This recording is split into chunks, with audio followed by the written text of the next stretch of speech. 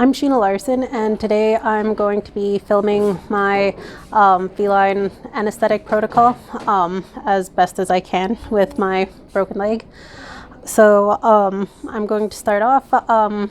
We've already examined Betty, so we're going to be determining the pre-med for her. It's going to be administered IM because then it'll be absorbed quickly into her bloodstream, and it has a faster onset of action than if we were to administer it sub-Q, but we don't need it as quickly as if we were to administer it IV. So what we use most commonly with cats is what we're going to be using because we're familiar with it. We know how the most cats respond. So we're going to be using butorphanol, and we're going to be using dexmedetomidine. And these were chosen because the butorphanol is an opioid, so it does have some analgesia, and it works well with our multimodal analgesia protocol because Betty's also going to be going home with some Onsior, and she's going to have some Onsior administered post-op. So the dexmedetomidine is provides excellent sedation, so she'll be nice and calm. And the butorphanol, in addition to the pain meds, it also has antiemetic properties, so it reduces the chance that they're going to be that they're going to throw up, which reduces their chance of getting aspiration pneumonia.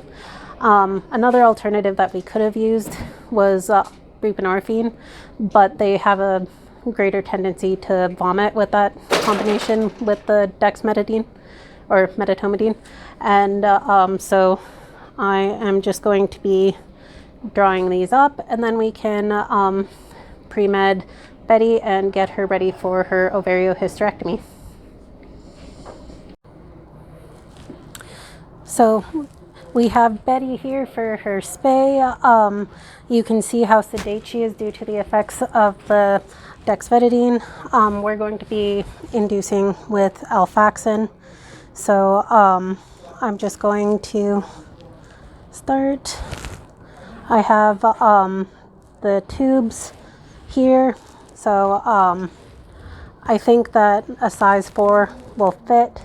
So measuring from the incisors to the thoracic inlet, so about to here. And then I'm just going to wipe. I have the flush.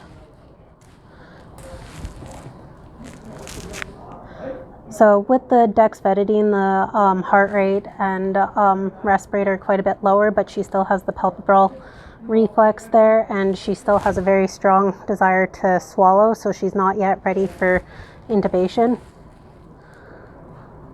So I'm just going to give her a little bit.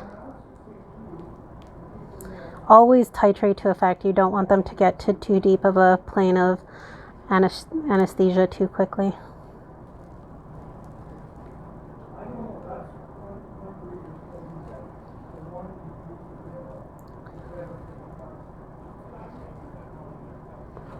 There we go.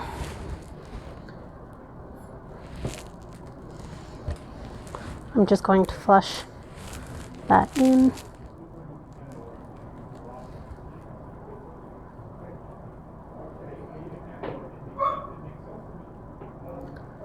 There we go. So you can see that she's lost her palpebral reflex, so she's ready to be intubated. So I have the lidocaine because cats have a higher risk to laryngeal spasm.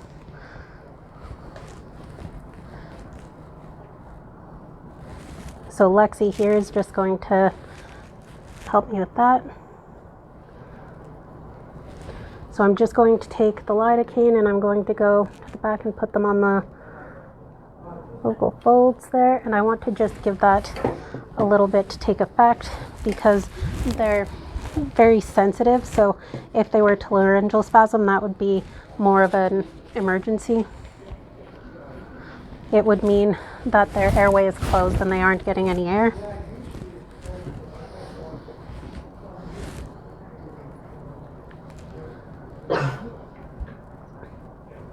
So now I'm just going to pull forward.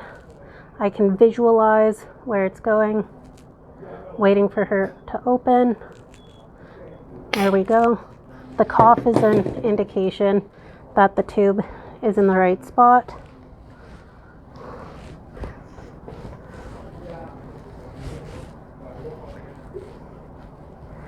There we go. Same with air coming out of the tube there, which I can feel the fogging up of the endo tube. So we're just going to spin her around and we're going to get her hooked up. Since she's on DEX, I'm going to start her at a lower level of isoflurane. I'm only going to put her on 1.5 for now.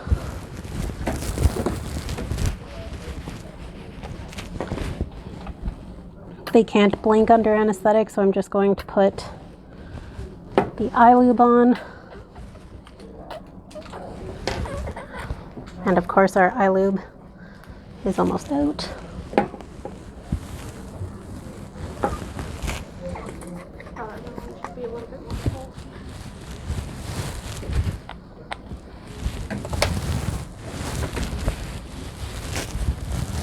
Can you just toss that in the garbage? Thank you.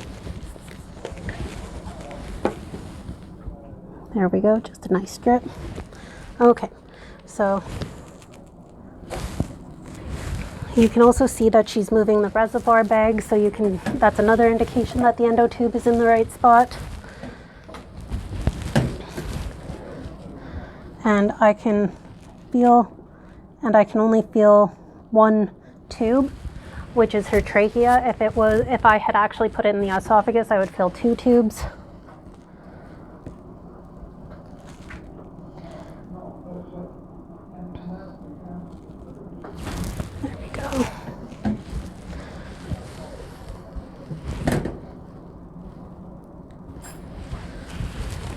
I'm just going to shoot for a Doppler.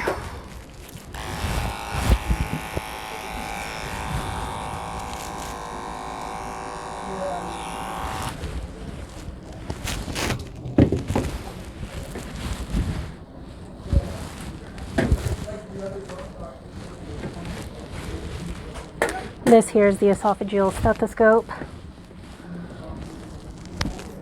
So now that she has the endo tube in place, and I know that it's in place, I can just slowly put that in. I only want it to go so far. There we go. Perfect. So that's in place. I can hear her heart rate, but I'm also going to get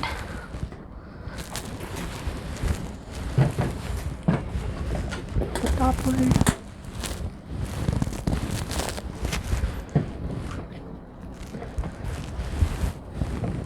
It's always important to make sure that your patient is stable while under anesthetic.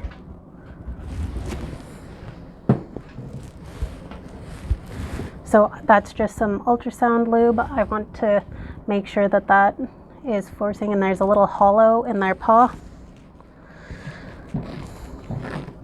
I find that sometimes when they're pre-medded with dexvedidine, they can be a little bit harder to find with the Doppler.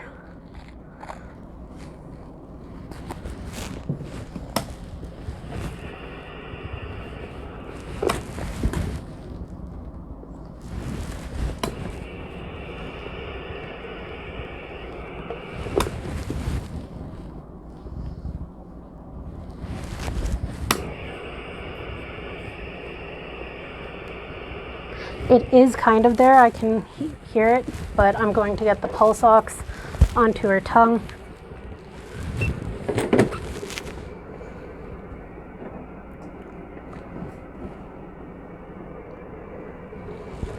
Cat tongues can be a little bit tricky with the pulse ox because the rough texture.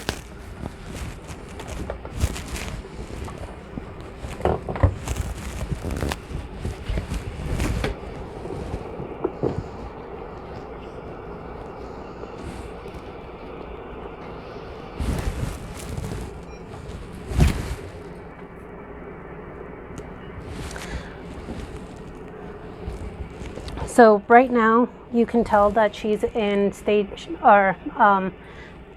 3 stage 2 of anesthetic, because she's lost her palpebral reflex, she's lost her swallow reflex, she's lost her pedal reflex.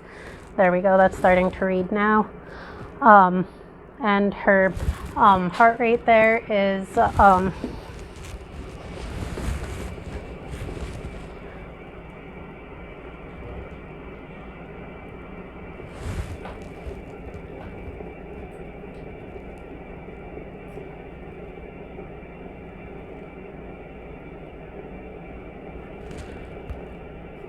112, which is within the acceptable range. If it was to go too much lower than that, we might be a little bit concerned.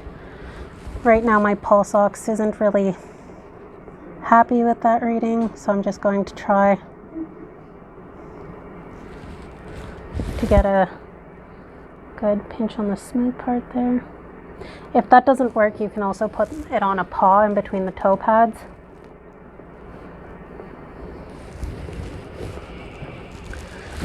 And then she's taking nice, deep, regular breaths. She's moving the bag, so we know that she's not hyperventilating. And her resp rate is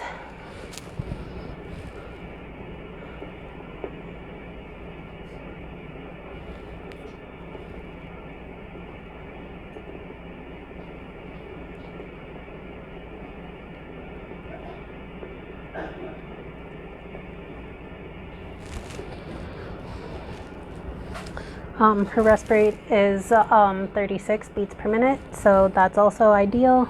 Oh, slid off the tongue. So I'm just putting it in between some toe pads. The pulse oximeter uses ultrasonic light to get a reading.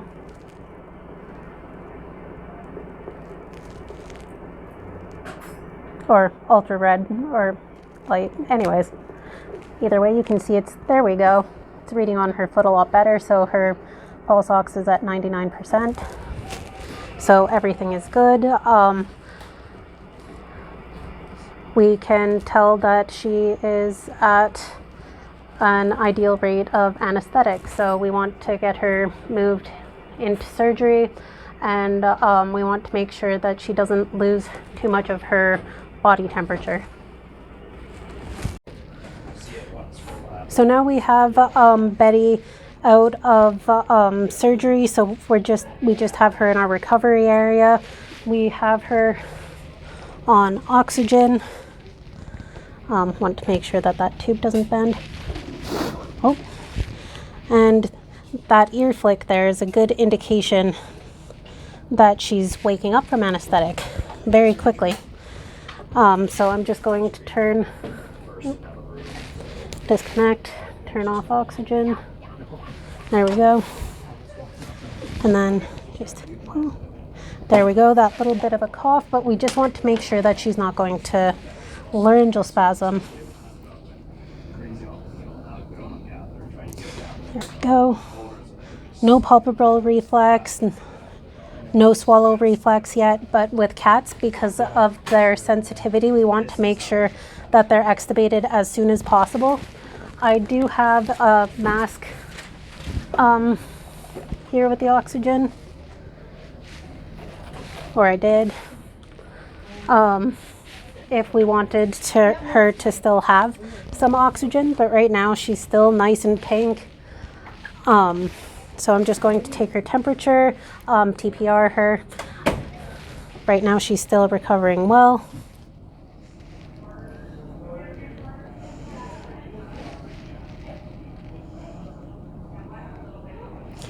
So with the cat, since she was under for an ovariohysterectomy, she had a good portion of the hair on her belly shaved and alcohol and scrub applied.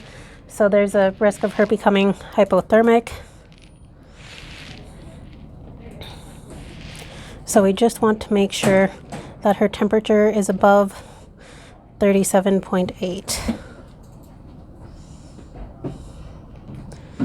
And right now is 36.3, so we definitely want to make sure that she is warming up. So I do have the towels here that are fresh from the dryer. We can always hook her up to the hot dog machine, but we need to get her temperature back up to normal, which is above 37.8 to about 39.2.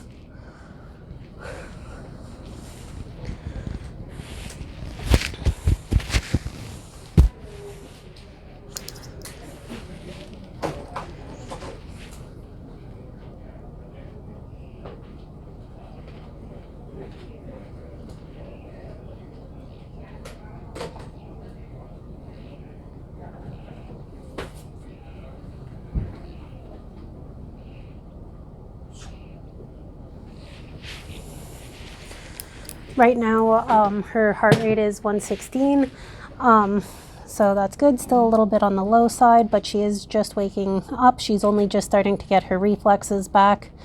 The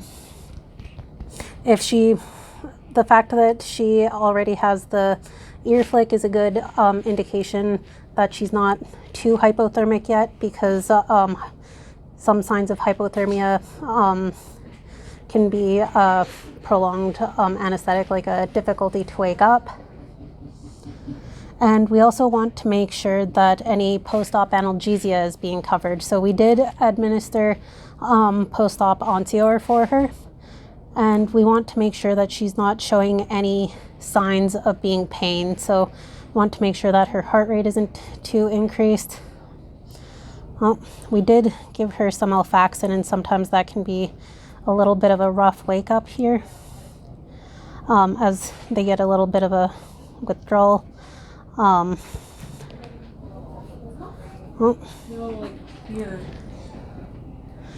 So this is why we like to recover them in a quiet, dim area so that they're not getting overstimulated.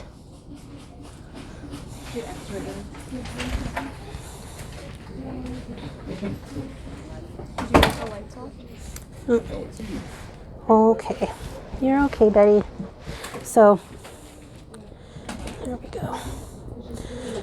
Her doing the movement is going to help with her thermoregulation. The more she moves, the warmer she'll get. There we go. I'll just feel her breathing this way. When I was listening to her heart rate, her lungs sounded good. So she's eupneic. She is having no trouble breathing, which is a good sign. And she's taking nice, deep, clear breaths. And her heart rate, as I'm feeling it right now.